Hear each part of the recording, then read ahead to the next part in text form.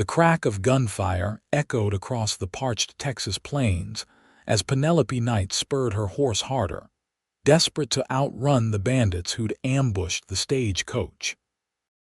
The year was 1875, and she'd never imagined her journey to Brownsville would begin with her fleeing for her life, the hem of her travel dress torn and dusty, her carefully packed trunk abandoned miles behind.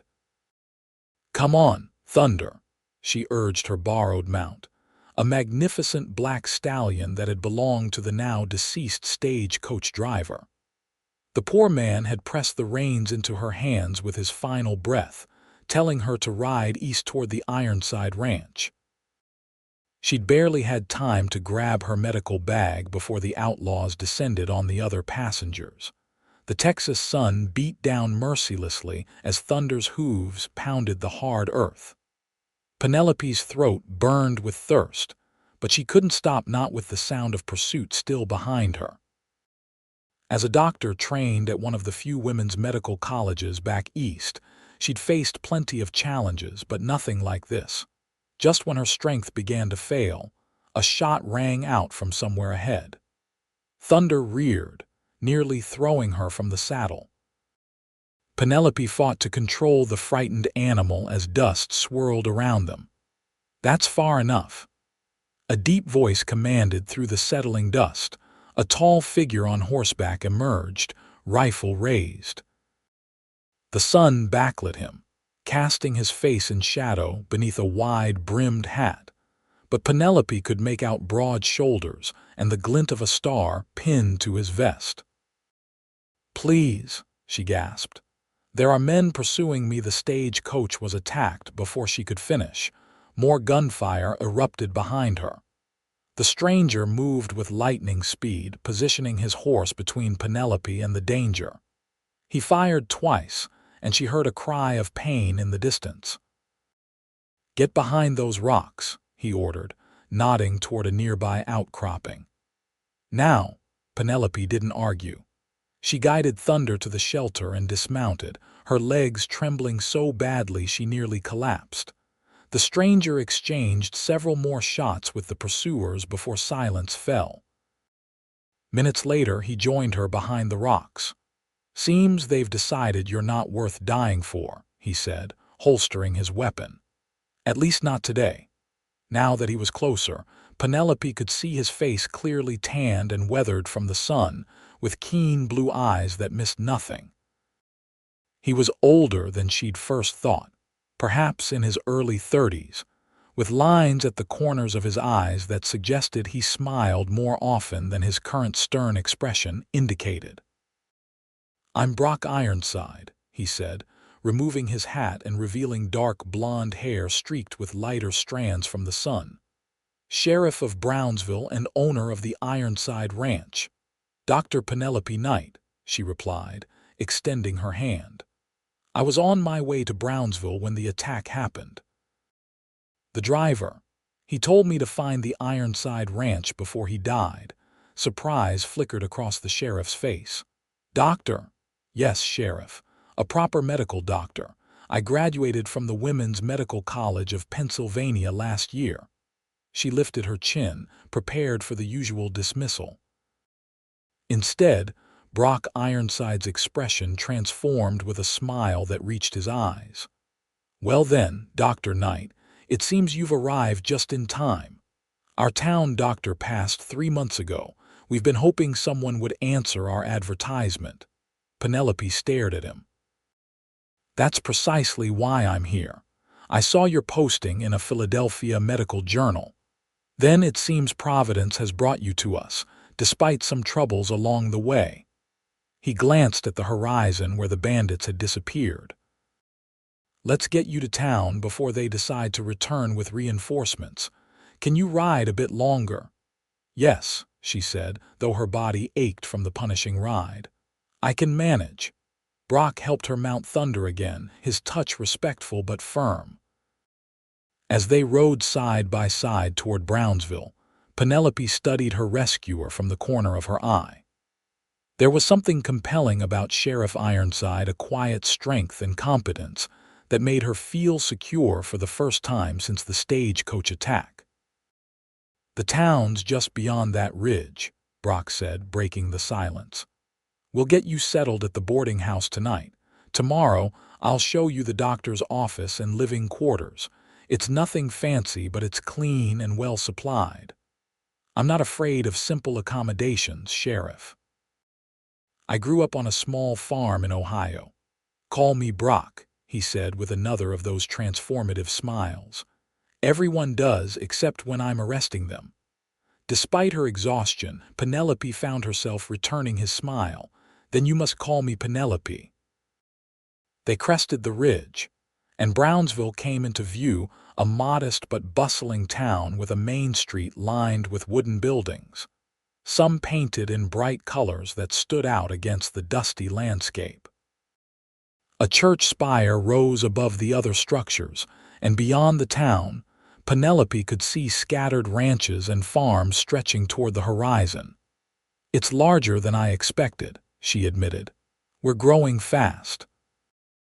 The railroad came through last year and we're becoming something of a trading hub for the region." Pride colored his voice. "It's a good place, Dr. Knight.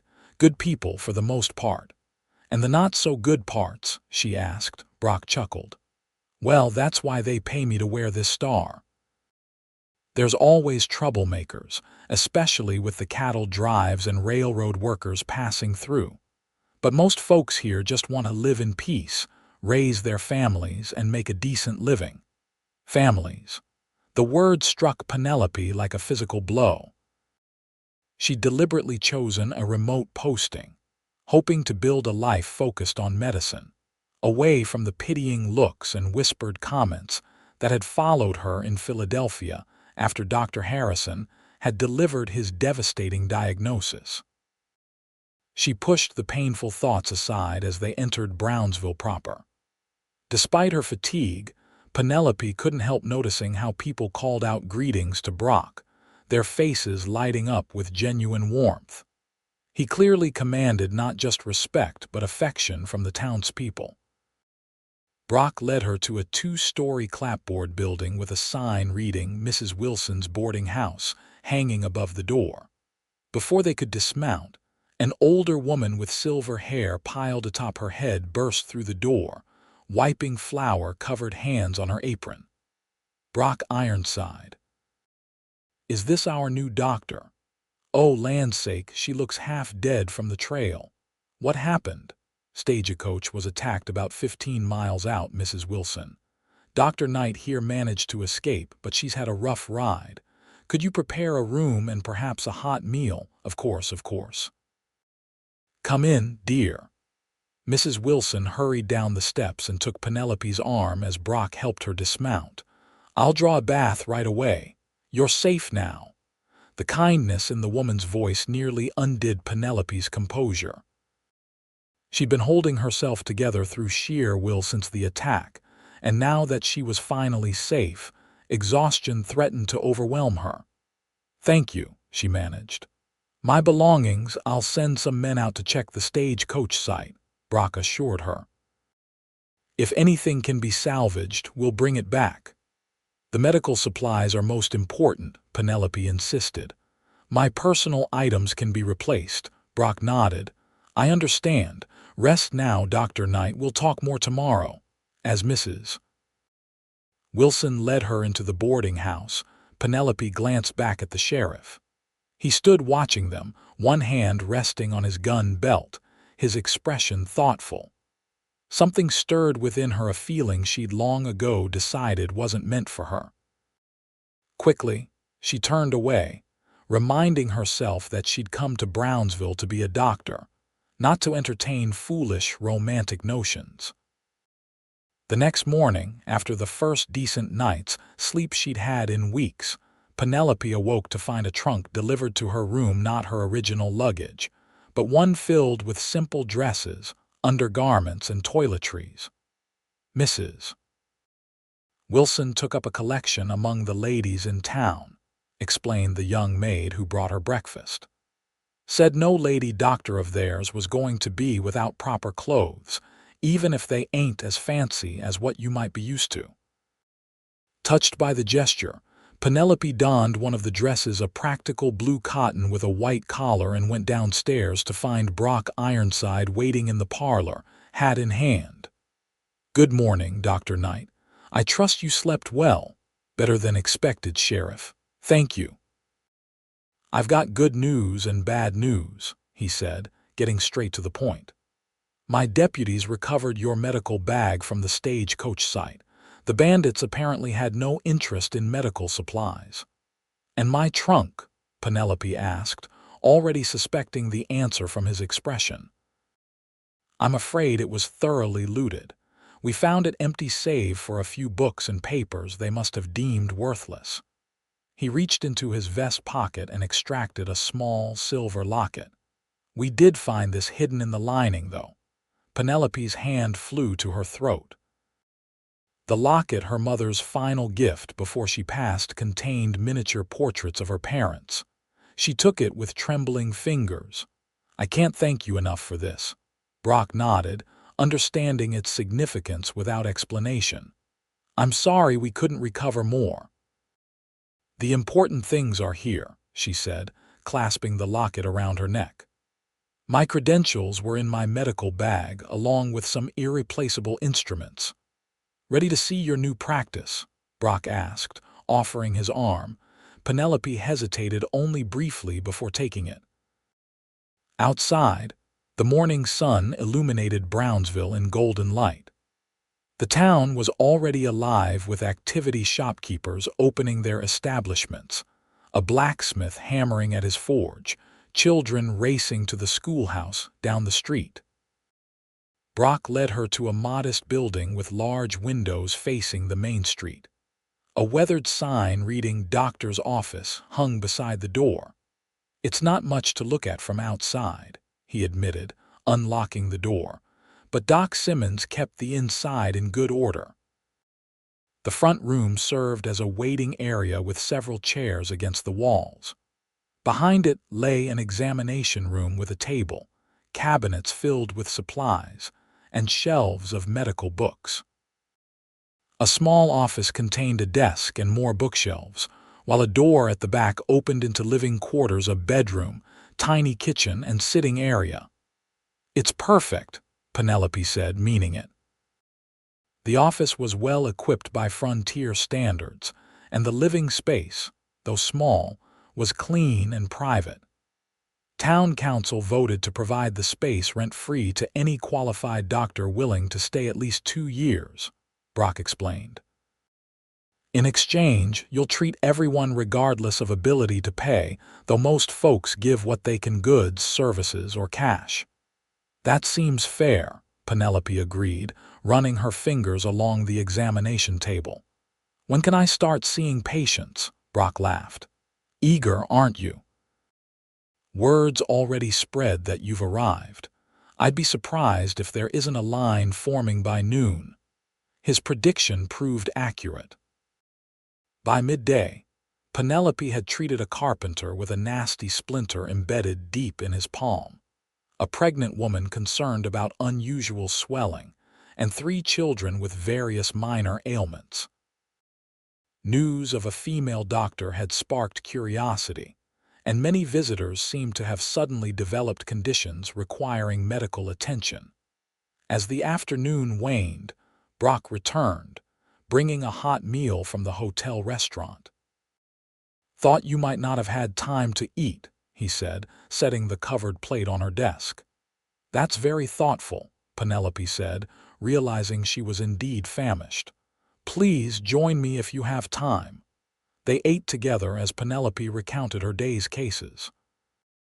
Brock listened attentively, occasionally offering information about the patients and their families that might be medically relevant. His insights revealed not just a lawman's observational skills, but genuine care for the townspeople.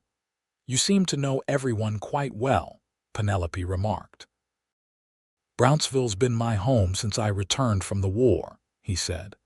"Started as a deputy, became sheriff 5 years ago when old Sheriff Tate retired, then used my savings to buy a small ranch outside town a few years back."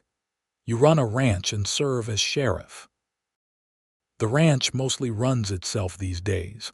I've got good hands who handle the daily work. I get out there when I can."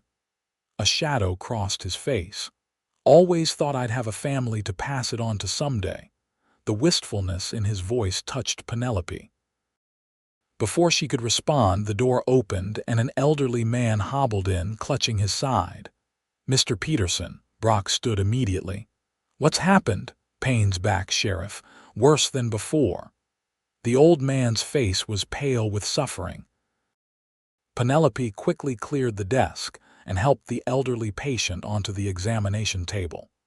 After a thorough examination, she diagnosed gallstones, a condition she'd treated successfully several times in Philadelphia. "You need surgery, Mr. Peterson," she explained gently. "The stones must be removed before they cause more damage." Fear flashed across the old man's face. "Surgery? Last time Doc Simmons suggested that, he said I'd have to travel to San Antonio, and even then my chances weren't good." "Medical science has advanced considerably in recent years," Penelope assured him. "I've performed this operation successfully many times. We can do it right here, and your recovery should be relatively quick." Mr. Peterson looked to Brock, who nodded encouragingly. "If Dr. Knight says she can help you, Vernon, I'd trust her judgment. She comes highly recommended." The vote of confidence from the sheriff seemed to settle the matter. "All right then," Mr. Peterson agreed. "When do we do this cutting business? I'll need to prepare, gather assistance." "Tomorrow morning would be best. Can someone stay with you tonight in case the pain worsens?" "My daughter's in town," Mr. Peterson said. "She can look after me." After providing pain medication and instructions, Penelope watched Brock help the old man to his daughter's house next door to the general store. When he returned, his expression was serious. "Vernon Peterson is one of our oldest residents. His wife was the first person I buried when I became sheriff, if you can help him."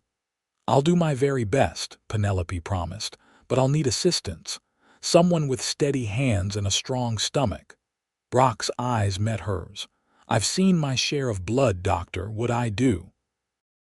The surgery the next morning proved more challenging than Penelope had anticipated, but Brock was an excellent assistant, calm, attentive, and quick to respond to her instructions. By midday, Mr. Peterson was resting comfortably, the gallstones successfully removed. "You have impressive skills," Brock commented as they washed the surgical instruments afterward. "The way you handled that bleeding when it started, I've never seen anything like it." "My professors believed women made better surgeons," Penelope said. "Smaller hands, greater patience for delicate work." "I'd say they were right." His admiring gaze made her cheeks warm. Over the following weeks, Penelope established her practice and began to feel part of the community. Brock often stopped by the office, sometimes with minor injuries that needed treatment, sometimes just to share news or bring her a meal when she worked late. One evening, nearly a month after her arrival, Brock invited her to dinner at the hotel restaurant. "To celebrate your successful first month in Brownsville," he explained. Dressed in her best salvage dress, a forest green that Mrs. Wilson had expertly altered to fit her, Penelope met Brock at the hotel. He traded his usual sheriff's attire for a proper suit, his hair neatly combed, a hint of cologne detectable when he leaned close to pull out her chair. "You look beautiful," he said simply. "Thank you." Penelope smoothed her skirts, unused to such direct compliments. "You clean up rather well yourself, Sheriff." Dinner was the finest the hotel could offer: beef steak, fresh vegetables from local farms, and apple pie that Brock declared was almost as good as my mother's. They talked easily, sharing stories from their past. Brock spoke of growing up on his family's ranch in the Texas Hill Country, his service during the war, and his decision to pursue law enforcement afterward. "And you?" he asked. "What made you choose medicine? It couldn't have been an easy path for a woman. Penelope paused, considering how much to share. My mother died when I was 16. The doctor who treated her was inadequate. I decided then that I would become the kind of doctor she should have had. I'm sorry about your mother, Brock said gently. She'd be proud of what you've accomplished. I hope so. Penelope toyed with her dessert fork. It wasn't easy. Many professors and fellow students believed women lacked the constitution for medicine. Some patients still refused to be treated by a woman. Their loss, Brock said firmly. I've seen your work. You're the best doctor this town has ever had. His unwavering support warmed her heart in ways she hadn't expected. As the evening progressed, Penelope found herself laughing more than she had in years, drawn to Brock's quiet humor and thoughtful observations. When he walked her home after dinner, they lingered outside her door, neither seeming eager to end the evening. "Thank you," she said softly, "for dinner and for making me feel welcome in Brownsville." "It's selfish on my part," Brock admitted with a smile. "I enjoy your company, Penelope." The way he said her name sent a flutter through her chest. Dangerous, she thought. This is exactly what you promised yourself to avoid. "Good night, Brock," she said quickly, retreating into her rooms before she could do something foolish like invite him in. The summer heat intensified as June gave way to July. Penelope found herself busier than ever, treating everything from heat exhaustion to farm accidents. One particularly scorching afternoon, she was called to the livery stable where a young stable hand had been kicked by a horse. The boy's injuries were serious broken ribs and internal bleeding. Penelope worked frantically to save him, performing emergency surgery on a makeshift table in the relative coolness of the stable. Brock appeared midway through the procedure, having heard about the accident, and once again assisted her without hesitation. Hours later, with the boy stabilized and transferred to a proper bed at his family's home, Penelope finally allowed herself to feel the exhaustion. She swayed slightly as she stepped out into the evening air. Brock's arm was immediately around her waist, steadying her. "Easy now, doctor. When was the last time you ate or drank anything?" Penelope couldn't remember. "This morning, perhaps."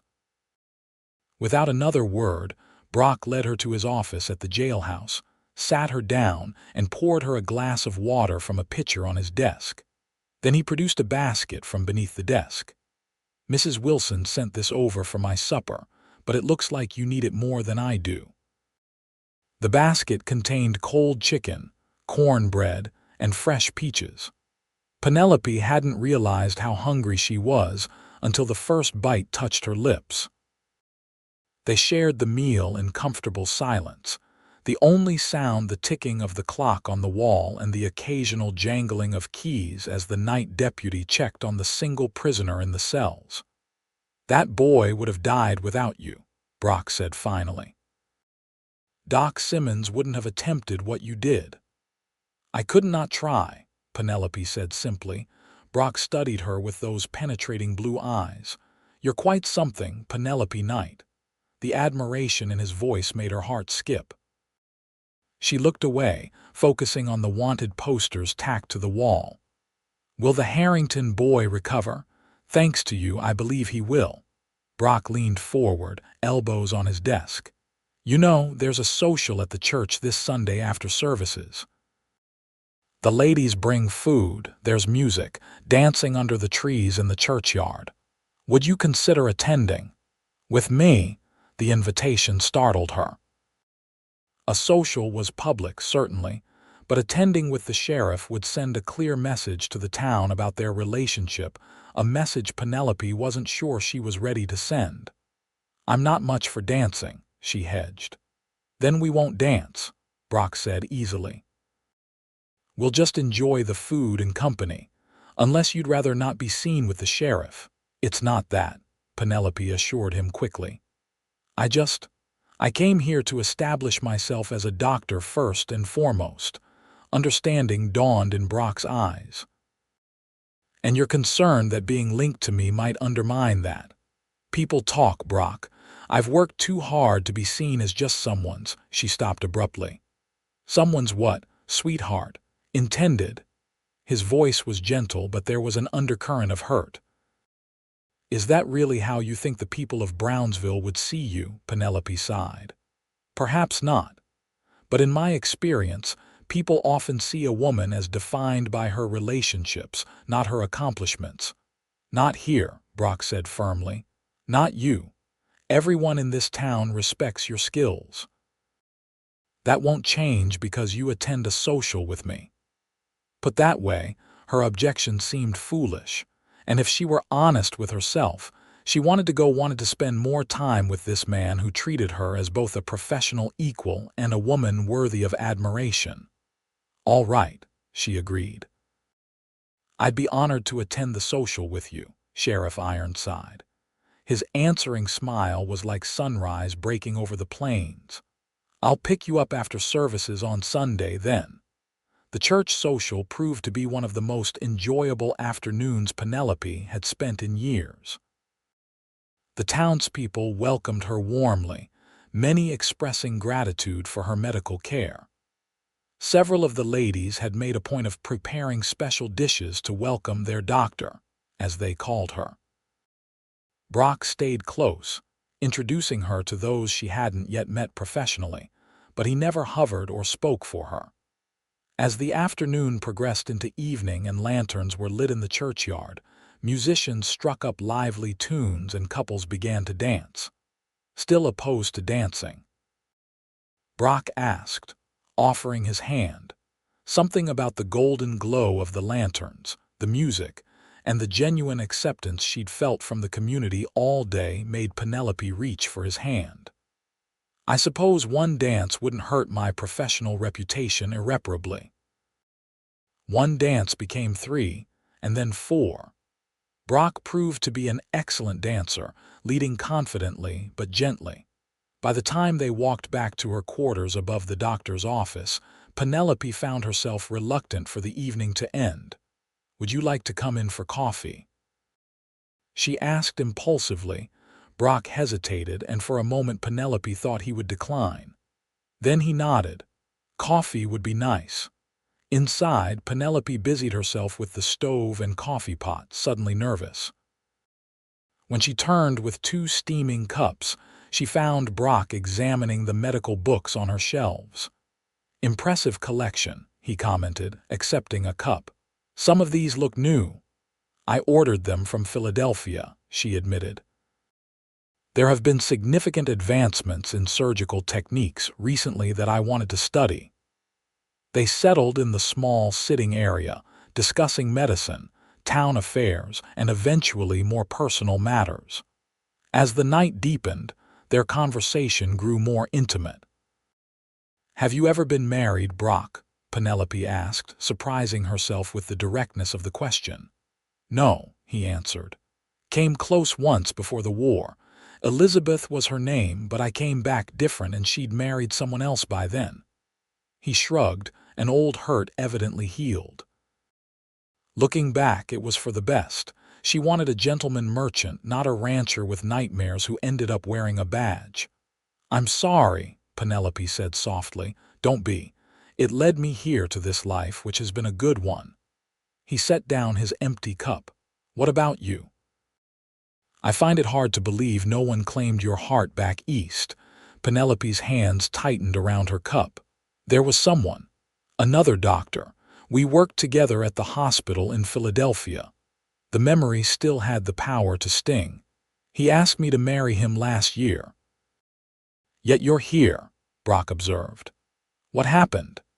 This was the moment Penelope had been avoiding since she arrived in Brownsville, the truth that had sent her fleeing across the country to start anew. I discovered I cannot have children, she said, the words coming out more steadily than she'd expected. A childhood illness left me barren. When I told him, he withdrew his proposal, said he needed sons to carry on his practice and name. The silence that followed her confession seemed endless. Brock's expression was unreadable in the dim lamplight. "He was a fool," Brock said finally, his voice rough with emotion. "A damned fool who didn't deserve you." "He wanted a family," Penelope said. "Most men do, and you? What do you want, Penelope?" The question pierced her carefully constructed defenses. "I wanted to be a wife and mother once," she admitted. "To have both a career and a family. But now I focus on what I can have: my practice, my patience." "Those aren't mutually exclusive," Brock said quietly. "Family isn't just about blood or bearing children." Before Penelope could respond, there was an urgent knocking at the office door below. Brock rose immediately. "Trouble," he said, recognizing the pattern of knocks as one his deputies used. The moment broken, Penelope followed him downstairs. Deputy Taylor stood on the porch, breathing hard. "Sheriff, there's been shooting at the Cross Creek crossing. Cattle rustlers hit the Peterson Drive. 2 cowboys wounded, maybe more." "How bad?" Brock asked, already reaching for his gun belt which he'd hung by the door earlier. "Bad enough they need the doctor," Taylor said, nodding to Penelope. "One took a bullet in the chest." "I'll need my surgical kit," Penelope said, already moving to gather supplies. "And bandages, plenty of them." Brock touched her arm. "It could be dangerous." "The rustlers might still be in the area. Those men need me," she said simply. "I'll risk it." Something flickered in Brock's eyes: pride, admiration, and something deeper that made her breath catch. "Then we'd better hurry." The ride to Cross Creek took nearly an hour at a hard gallop. They arrived to find a chaotic scene: a camp hastily established by the creek, cattle lowing nervously in a makeshift pen, cowboys moving about with rifles at the ready. Vernon Peterson's son, James, met them as they dismounted. "Sheriff, Doc, thank God you're here. Pat's the worst off. Bullets in deep, and he's losing blood fast." Penelope immediately took charge, directing the cowboys to prepare a clean space for surgery. Brock assisted her with the most critically wounded cowboy, a young man barely 20 whose life hung by a thread as she extracted the bullet lodged dangerously close to his heart. As dawn broke, Penelope had treated all the wounded: 3 with gunshot wounds, 2 others with less serious injuries. Exhausted, she stepped away from the makeshift hospital tent to wash blood from her hands in the creek. Brock joined her, his own hands stained red from assisting. "You saved them all," he said quietly. "Even young Pat, who by rights should be dead. We don't know that yet. The next day or 2 will tell. Still, what you did tonight." He shook his head in wonder. "I've never seen anything like it." Penelope smiled tiredly. "You were an excellent assistant, again." "We make a good team," he said, helping her dry her hands on a relatively clean towel. She couldn't argue with that. Throughout the night, they had worked together seamlessly, anticipating each other's needs without words. It was like nothing she'd experienced before, even with colleagues she'd trained with for years. "Yes," she agreed. "We do." They rode back to town later that day, after ensuring the wounded men were stable enough to be moved to the ranch house. The conversation they'd been having before the emergency seemed suspended between them, neither willing to resume it in the aftermath of the night's events. As summer yielded to fall, Penelope found herself busier than ever. A mild epidemic of influenza swept through Brownsville, keeping her working long hours.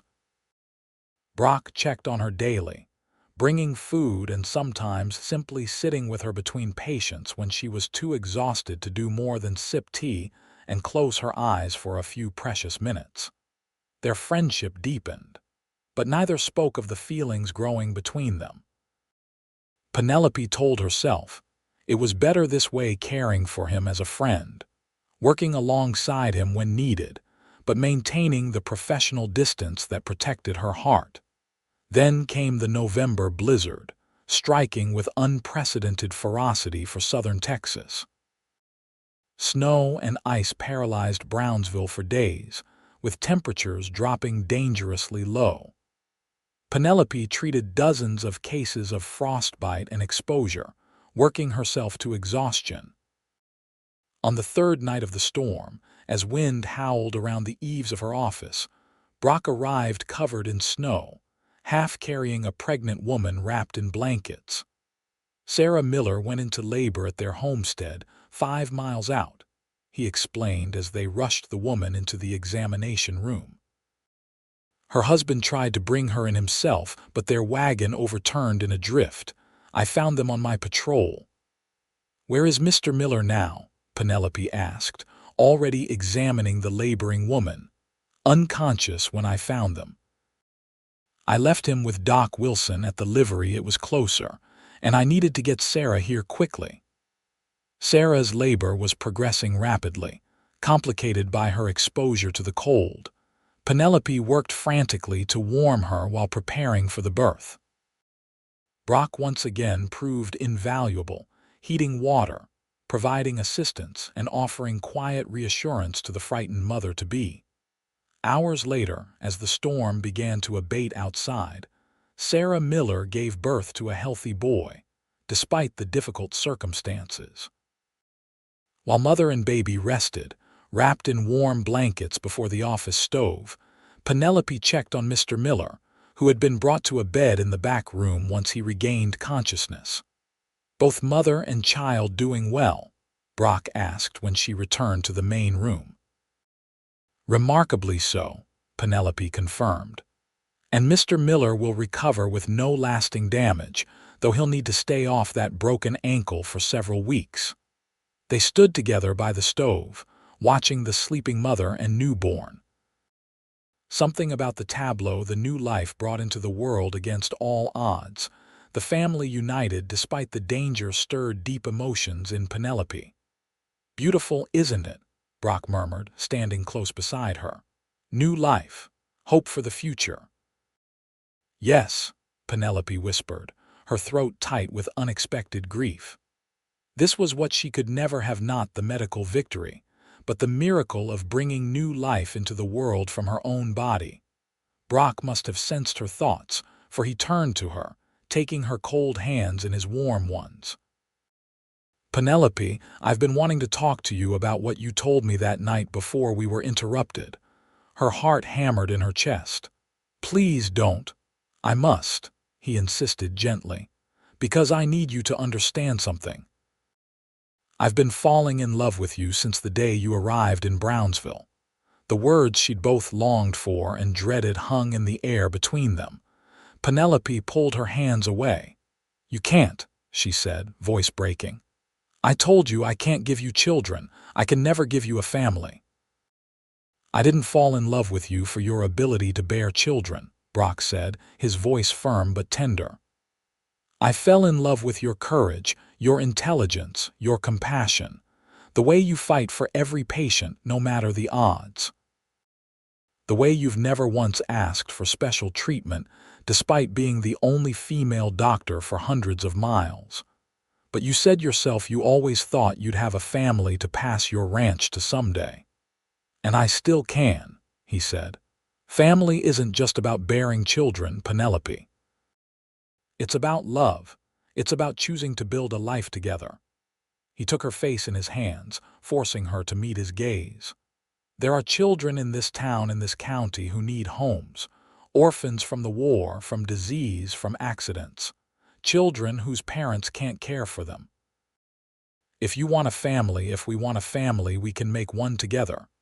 Tears filled Penelope's eyes. It's not the same. No, he agreed. It's not the same, but it's no less real, no less valuable. We can fill our home with love, Penelope. Isn't that what truly matters? The words pierced the armor she'd built around her heart. Could it be that simple? To choose love over biology, to create family through choice rather than birth. I need time, she whispered. This is, I never expected. Take all the time you need, Brock said, pressing a gentle kiss to her forehead. I'm not going anywhere. Winter settled over Brownsville, bringing crisp, cold days and long nights. Penelope found herself contemplating Brock's words, watching him with new eyes as he interacted with the town's children, teaching a boy to whittle on the jailhouse steps, rescuing a little girl's kitten from a tree, organizing the Christmas pageant at the church. He never pressed her for an answer, never mentioned his declaration of love again. But he remained steadfastly present, bringing her meals during long days of patience, accompanying her on difficult house calls to outlying farms, sitting beside her in church each Sunday. The town noticed, of course. Whispers and knowing smiles followed them, but to Penelope's surprise, no one seemed to think less of her as a doctor because of her association with the sheriff. If anything, the town's respect for both of them seemed to grow as they witnessed their dedication to Brownsville's welfare. Christmas Eve brought the entire community together at the church for services, followed by a celebration in the decorated church hall.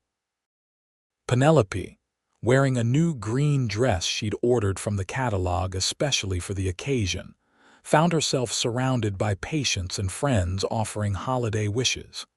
Mrs. Peterson, Vernon's daughter-in-law, pressed a small package into her hands. "Just a token of our family's appreciation, Doctor. Pa would have died without your care, and James says the same about his cowboys after that rustling incident." Touched, Penelope unwrapped the gift to find a beautifully embroidered medical bag. "It's beautiful," she said sincerely. "Thank you." James's wife, Emma, did the embroidery. Said a lady doctor should have something pretty to carry her tools in. The acceptance implicit in the gift moved Penelope deeply. These people didn't just tolerate her as their doctor, they embraced her, valued her not despite, but because of her unique combination of feminine compassion and medical skill. As the evening progressed, Penelope found a quiet moment to slip outside into the church garden, where a dusting of rare Texas snow glittered in the moonlight. The cold air was refreshing after the warmth and noise of the crowded hall. She hadn't been there long when familiar footsteps crunched on the snowy path behind her. Without turning, she knew it was Brock. "It's beautiful out here," she said as he came to stand beside her. "Yes, it is," he agreed, though when she glanced at him, he wasn't looking at the snow-covered garden but at her. "Brock," she began, having rehearsed these words for days, "I've been thinking about what you said, about family and love and everything. And—" He prompted gently when she hesitated. Penelope took a deep breath, then turned to face him fully. "I love you too," she said simply. "I've been fighting it because I was afraid you'd eventually resent me for not giving you children, afraid I'd have to choose between being a doctor and being a wife, afraid of being hurt again. And now," Brock's voice was husky with emotion, "now I realize that love is always a risk worth taking, that family can mean many things, that I don't have to choose between my calling and loving you, that with you, I can have both." Joy transformed Brock's face. He took her hands in his. "Are you saying yes to what I haven't formally asked yet, Dr. Knight?" Penelope laughed, happiness bubbling up inside her. "I believe I am, Sheriff Ironside." Brock reached into his pocket and withdrew a small velvet box. "I've been carrying this around for weeks, waiting for the right moment." He opened it to reveal a delicate gold ring with a small but perfect diamond. "It was my grandmother's. She was a strong woman too, helped my grandfather build their ranch from nothing." He dropped to one knee in the snow, still holding her hand. "Penelope Knight, will you marry me? Will you build a life with me, a family of our own making, filled with as much love as we can give?" "Yes," Penelope whispered, tears of joy freezing on her cheeks in the cold air. "Yes, I will." Brock slipped the ring onto her finger, then stood and gathered her in his arms. Their first kiss was tender, a promise of the future they would build together. When they finally broke apart, Brock rested his forehead against hers. "Merry Christmas, Dr. Ironside," he murmured. Penelope laughed at the presumption, but found she liked the sound of it. "Not quite yet, Sheriff." "Soon," he said confidently. "I don't intend to wait long now that you've agreed." They were married on New Year's Day, 1876, in the Brownsville church decorated with evergreen boughs and winter berries. The entire town turned out for the celebration, which many later declared was the grandest Brownsville had ever seen. Penelope wore a cream-colored silk dress ordered from San Antonio, with Mrs. Peterson's daughter-in-law Emma making last-minute alterations. Brock looked handsome and slightly uncomfortable in a new black suit, his badge polished to a high shine on his chest. "I'm still the sheriff today," he'd explained when Penelope questioned the badge. "Just in case of trouble." There was no trouble, only joy and celebration as the community united to honor their sheriff and doctor. After the ceremony and reception, Brock brought Penelope not to the small apartment above her office, but to his ranch house outside town. "Welcome home," he said, lifting her over the threshold despite her laughing protests. "I had the men fix it up while you were busy with patients these last weeks." The house was larger than Penelope had expected, warm and inviting with a stone fireplace dominating the main room. Fresh paint brightened the walls and new curtains hung at the windows. A desk had been placed near the largest window, with medical journals stacked neatly upon it. "For when you need to work at home," Brock explained, following her gaze. "I know you'll still keep your office in town, but I thought you might like a quiet place here too." Tears threatened again at this tangible proof that Brock understood and supported her dedication to medicine. "It's perfect," she managed. "All of it." Later that night, as they lay together in the large bed that dominated the master bedroom, Penelope confessed her lingering fear. "I've never been able to give myself completely to anyone," she whispered in the darkness. "I've always held part of myself back, afraid of being hurt when they learned the truth about my condition." Brock gathered her closer, his hand gentle on her cheek. "You never need to hold anything back with me, Penelope. I love all of you, your mind, your heart, your spirit. Your body, exactly as it is." His acceptance, his complete and unconditional love, was the final key that unlocked her heart fully. In his arms, Penelope discovered the freedom that comes with being truly known and loved without reservation. Spring came early to Texas that year. As March winds gave way to April sunshine, Brock and Penelope settled into a rhythm of work and home life that suited them both. Penelope maintained her practice in town, while Brock divided his time between sheriff duties and the ranch. They met for lunch when possible, and always returned to each other at day's end. One evening in late April, Brock returned home earlier than usual to find Penelope already there, sitting on the porch with a letter in her hands and an unreadable expression on her face. "What is it?" he asked, immediately concerned. "Bad news." Penelope looked up, her eyes filled with complex emotions. "Not bad exactly. It's from the orphanage in San Antonio. They have 3 children, siblings. Their parents died of typhoid last month." Brock sat beside her, taking her hand. They had discussed adopting children, had even made preliminary inquiries at orphanages throughout Texas, but hadn't expected to hear anything so soon. "Tell me about them," he said gently. 2 boys and a girl. Thomas is 7, William is 5, and little Mary is just 3. Penelope's voice trembled slightly. "They've been separated before in different foster homes, but the orphanage wants to keep them together if possible." 3 children at once, Brock said, considering. "It would be a challenge." "Too much?" Penelope asked, searching his face. "We discussed perhaps starting with 1 child, getting our bearings as parents before." "No," Brock interrupted, surprising himself with the certainty he felt. Not too much. These children need a home, need to stay together. We have plenty of space, enough love, and between us the ability to provide for them well. Hope dawned in Penelope's eyes. You're sure? It would change everything. Our quiet evenings, our independence.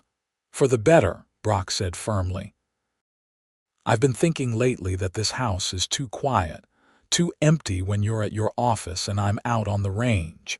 It should be filled with noise and laughter and even the occasional tears. That's what makes a home, isn't it? Penelope's smile was radiant as she threw her arms around his neck. Yes, she agreed. That's exactly what makes a home. 2 weeks later, they traveled to San Antonio to meet the children. Penelope had fretted over every detail. Would the house be comfortable enough? Would they have the right food? Would the children like them at all? The orphanage was a grim, institutional building that nonetheless was clearly run with care and compassion by the nuns who staffed it. Sister Maria, the director, greeted them warmly.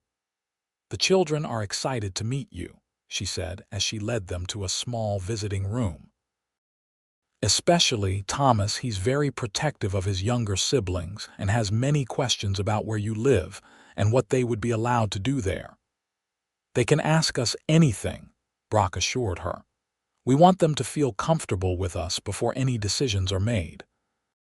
Sister Maria nodded approvingly. I'll bring them in. When the door opened again, 3 small figures entered: a tall, solemn boy with watchful eyes, a younger boy who immediately hid behind his brother, and a tiny girl with tangled blonde curls who regarded the strangers with open curiosity. Thomas, William, Mary, Sister Maria introduced. This is Sheriff and Dr. Ironside from Brownsville. They've come a long way to meet you. Thomas stepped forward, placing himself protectively in front of his siblings. Are you really a sheriff? He asked Brock directly. I am, Brock confirmed, kneeling to be at eye level with the boy, and my wife is really a doctor. Thomas considered this information. Do you catch bad men? Sometimes, Brock said honestly, but mostly I help keep people safe. The boy nodded, then turned to Penelope. And you fix people when they are sick? I do my best, Penelope said, also kneeling. I've always wanted to be a doctor ever since I was not much older than you. Little Mary, evidently bolder than her middle brother, stepped around Thomas. My doll is sick, she announced. Can you make her better? Penelope smiled. I'd be happy to examine your doll. What seems to be the problem? While Penelope performed a solemn examination of Mary's rag doll, William gradually emerged from behind Thomas, watching Brock with cautious interest. You have horses? The middle boy asked finally, his voice barely above a whisper. I do, Brock said. Several fine horses. Do you like horses, William? The boy nodded eagerly. I always wanted to ride one, but Pa never had time to teach me before. His face fell as memories overtook him. I'd be happy to teach you, Brock said gently. If you decide you'd like to come live with us, we have a nice, gentle mare named Daisy who'd be perfect for learning on. The initial meeting stretched into several hours as the children gradually warmed to Brock and Penelope. By the end, even shy William was talking animatedly about the animals he hoped to see on the ranch, while Thomas had extracted promises about continuing his education, and Mary had secured Penelope's agreement to fix all her dolls whenever necessary. As they prepared to leave, promising to return the next day, Thomas tugged on Brock's sleeve. Would we call you Pa and her Ma? The question revealed the boy's deep uncertainty about this potential new arrangement. Brock knelt again, looking Thomas directly in the eye. You can call us whatever makes you comfortable, son. You had a Pa and Ma who loved you very much. We're not trying to replace them. But we would like very much to be your family now, to love you and your brother and sister, and to give you a good home where you can stay together. And you wouldn't send us back, or separate us. Thomas persisted, the worry of an older sibling who had already seen too much hardship evident in his young face. "Never," Brock promised. "If you come home with us, it's forever. You have my word as a sheriff and a man." That night back in their hotel room, Penelope paced nervously while Brock watched from the bed. What if they don't want to come with us? What if it's too much change for them? What if— "Penelope," Brock interrupted gently, catching her hand as she passed. "They liked us. You saw how Thomas relaxed when you explained about your medical practice, how William lit up when I mentioned the horses, how Mary hasn't let that doll out of her sight since you cured it. But nothing. We'll take it one day at a time. They need a home. We have one to offer. The rest will work itself out." 3 days later, they left San Antonio with 3 children and their meager possessions loaded into the wagon Brock had brought. The journey back to Brownsville was filled with questions from the children about their new home, nervousness about the changes ahead, and moments of grief as the reality of leaving the last connection to their parents hit each child at different times.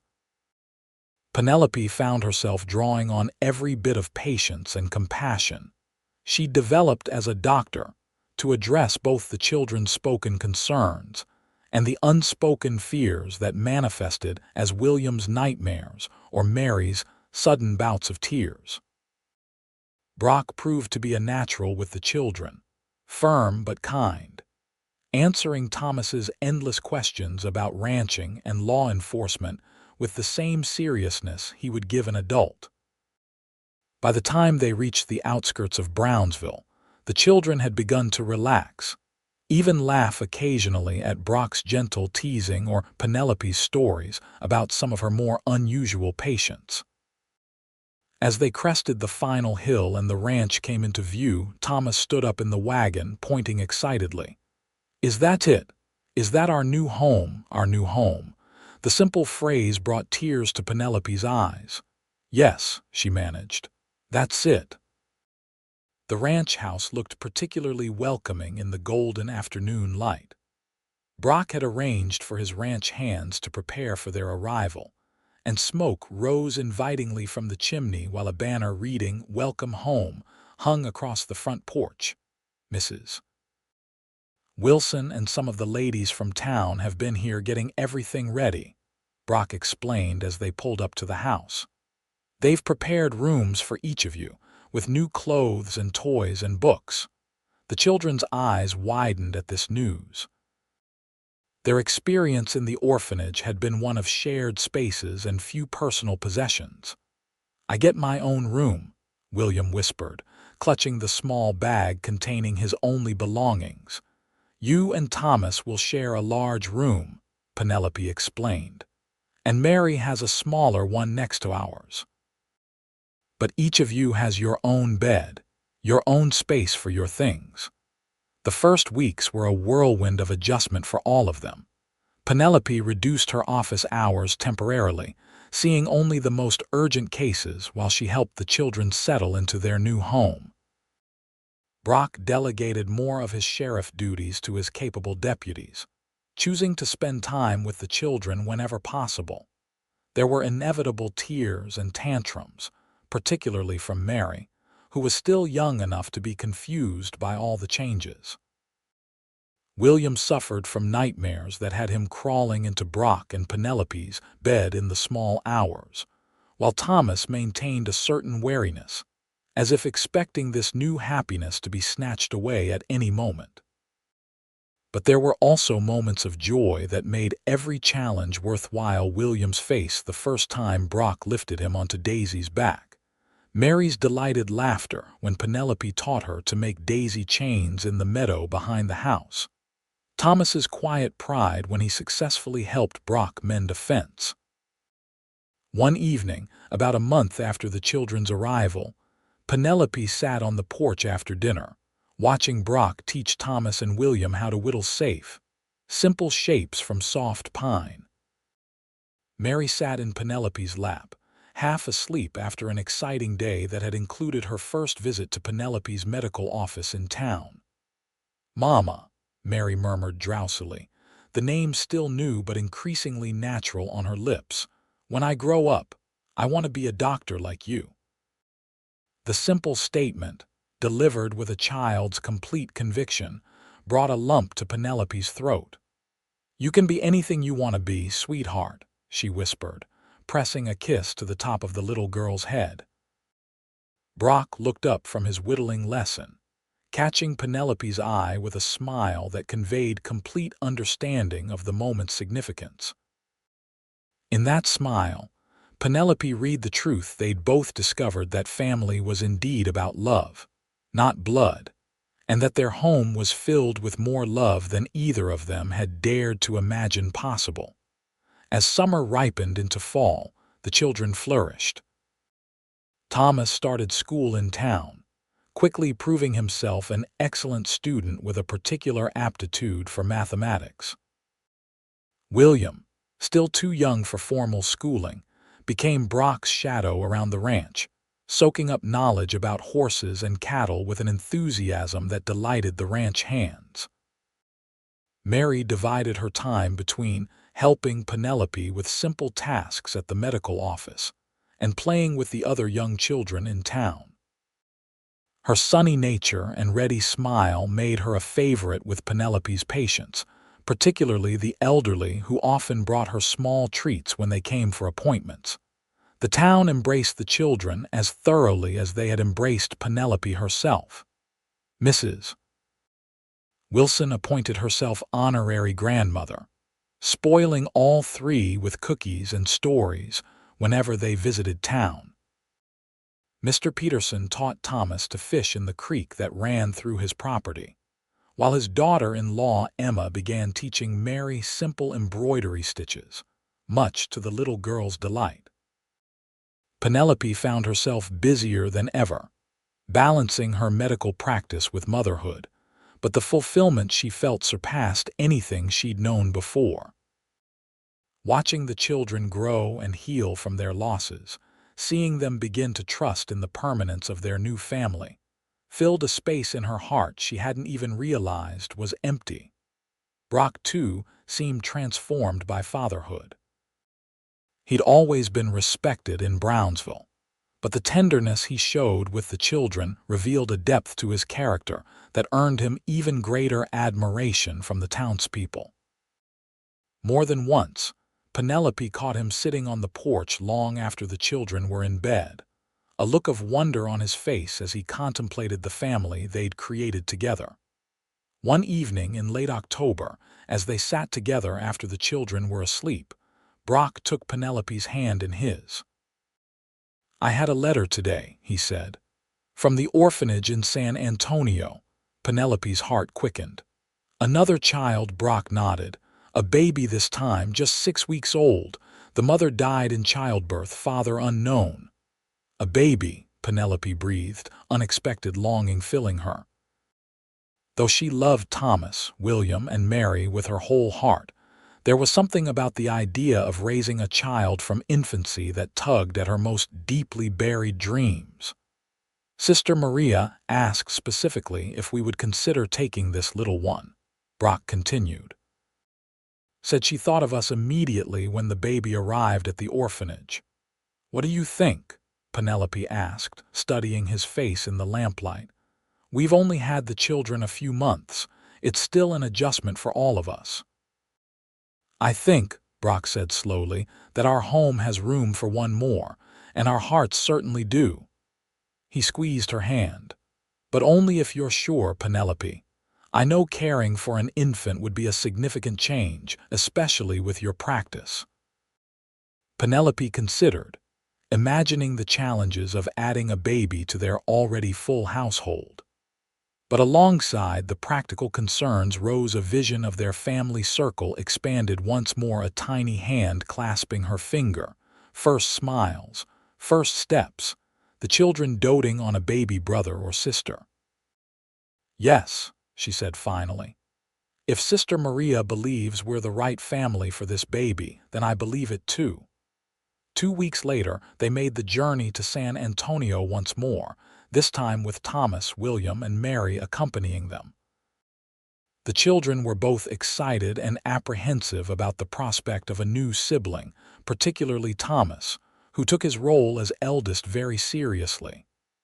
"Babies cry a lot," he informed Penelope gravely on the journey, "and they need lots of attention. But I'll help you, Ma. I helped with Mary when she was little." "I know you will," Penelope assured him, heart warming at his willingness to expand his protective instincts to yet another sibling. "You're a wonderful big brother." At the orphanage, Sister Maria greeted them like old friends, exclaiming over how well the children looked. "And now you've come for little Benjamin," she said, leading them to a small nursery where several infants lay in simple wooden cribs. "Benjamin?" Brock questioned. "That's what the sisters have been calling him," Sister Maria explained.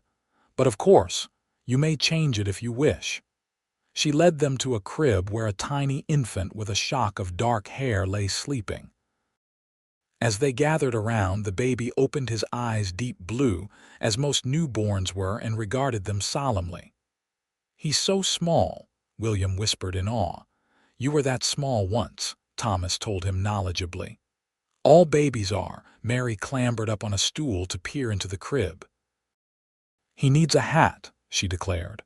"His head is naked." Penelope laughed softly, then looked to Sister Maria. "May I hold him?" The nun nodded, and Penelope carefully lifted the infant, cradling him against her chest with the skill born of delivering many babies throughout her medical career.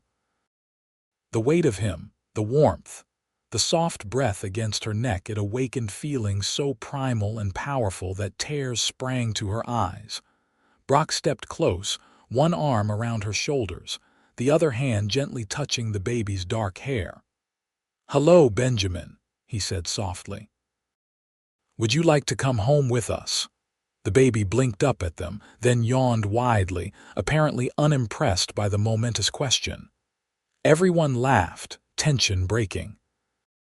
"I think that's a yes," Penelope said, looking up at Brock with a smile that conveyed all the love and gratitude she felt in that moment. They returned to Brownsville with Benjamin tucked securely in a basket between Penelope and Mary on the wagon seat. The town turned out to welcome the newest addition to the Ironside family, with Mrs. Wilson organizing a baby shower that provided everything Benjamin might need, from diapers to a beautifully carved cradle that Mr. Peterson and his son had made specially. Life with a newborn brought new challenges, of course.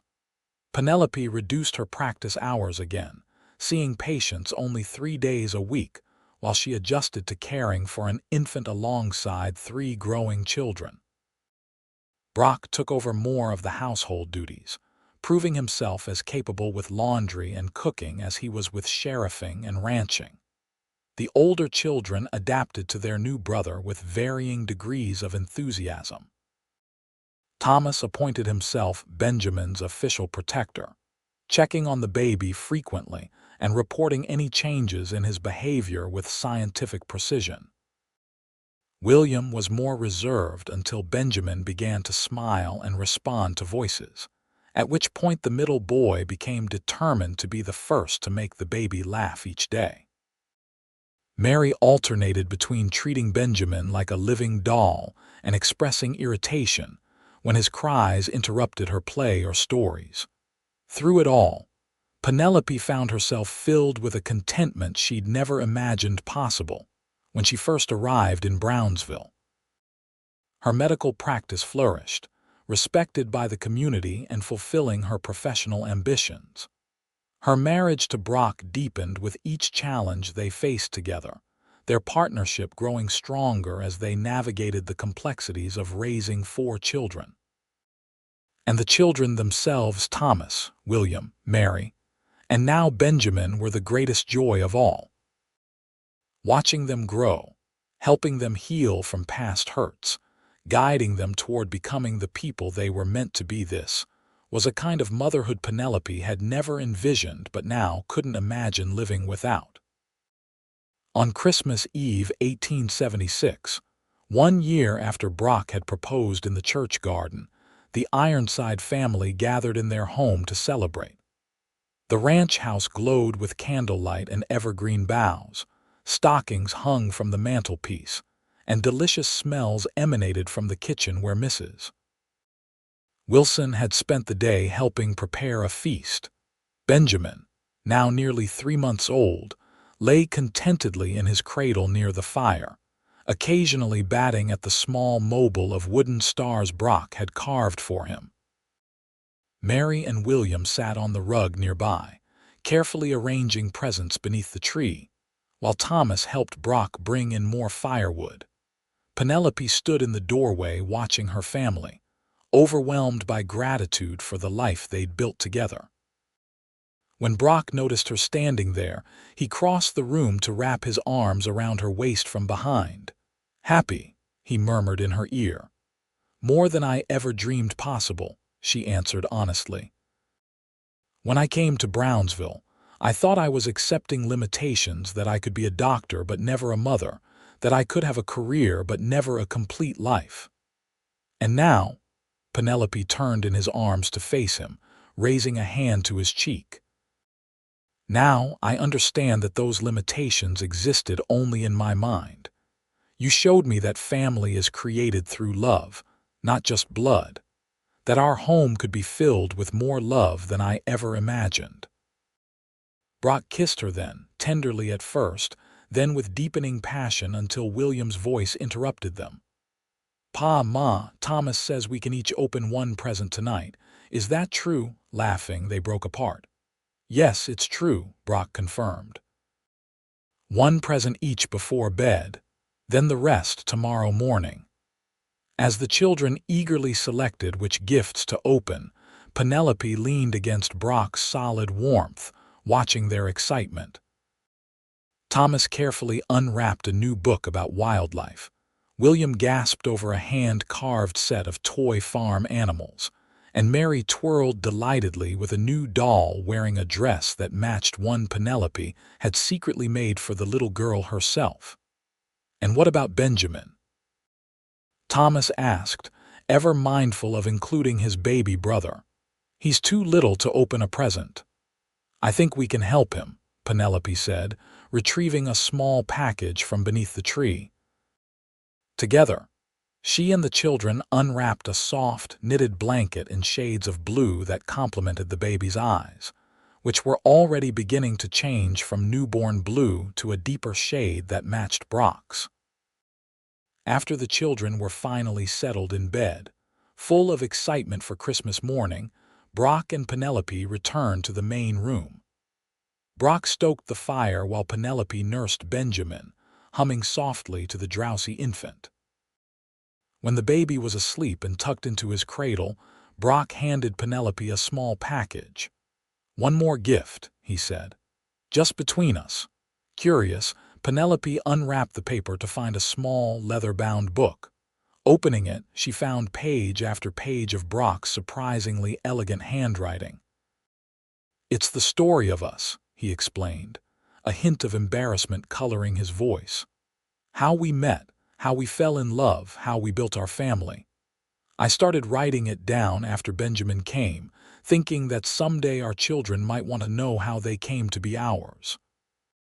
Tears filled Penelope's eyes as she read the first page, which described her arrival in Brownsville with perfect clarity: the dust on her torn dress, the fear in her eyes, the moment Brock knew she was someone extraordinary.